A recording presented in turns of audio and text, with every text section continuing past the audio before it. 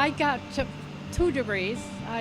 In 45, I got the Bachelor of Arts in English, and then in 46, I got my Bachelor of Music at Easton School in vocal music. Well, there are many memories. I think, I don't know, participating in student government was fun. I also did the service dorm maternity. I graduated in 1990 with a degree in microbiology. Geology, and I never used it when I graduated. I went in the Navy, and I spent 31 years in the Navy and never used it. I never even thought about geology while I was in the Navy.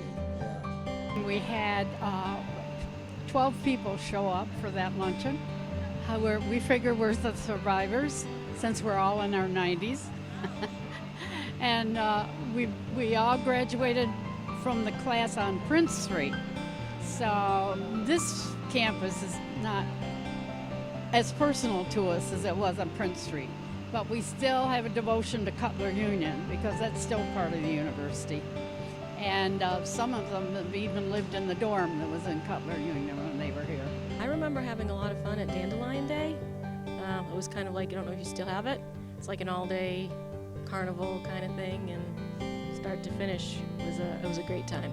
Oh, I have so many memories, but I guess one of the memories is I lived in a co-op dorm, which they had then, where girls who needed to have help in going to college because they didn't have a lot of money could live in the co-op dorm with a house mother, and they cooked their own meals and did their own house cleaning and washed their own clothes and sheets and towels and everything. And it was a wonderful experience because a lot of the women I met then, I've been friends with all my whole life.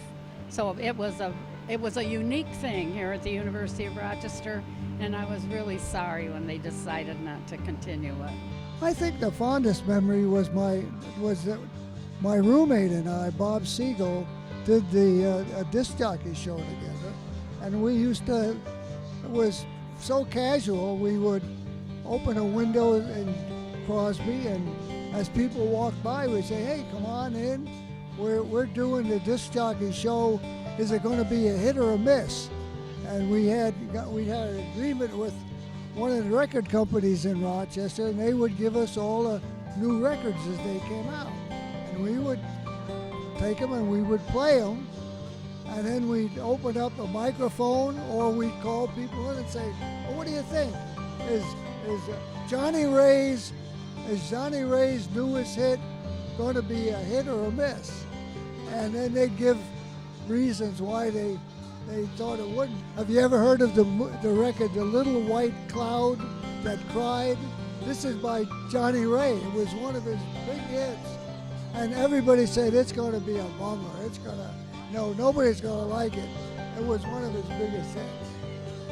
I also directed the student chorus, the girls, the glee club, and the chorus. And of course, that's a big memory, and I still hear from some of the people that were in that chorus. We've kept in touch all those years, yeah. I was a political science major, and I had taken a bunch of film classes, and so by my senior year, I wasn't sure where I was with my credits and things. So I went in to talk to the advisor, and they looked at my stuff and said, if you take just a couple of more classes, you can actually major in film studies. So I ended up doing that, and I was a dual major, political science and film studies. I've done nothing with my film studies in my life.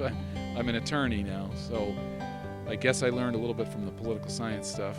I was able to come back here, and my husband and I together ran all the reunions every 5 years from when we graduated in 45, which is a little different. Usually here they have different people every 5 years, but for some reason or other, they kept asking us, and we didn't know to say no.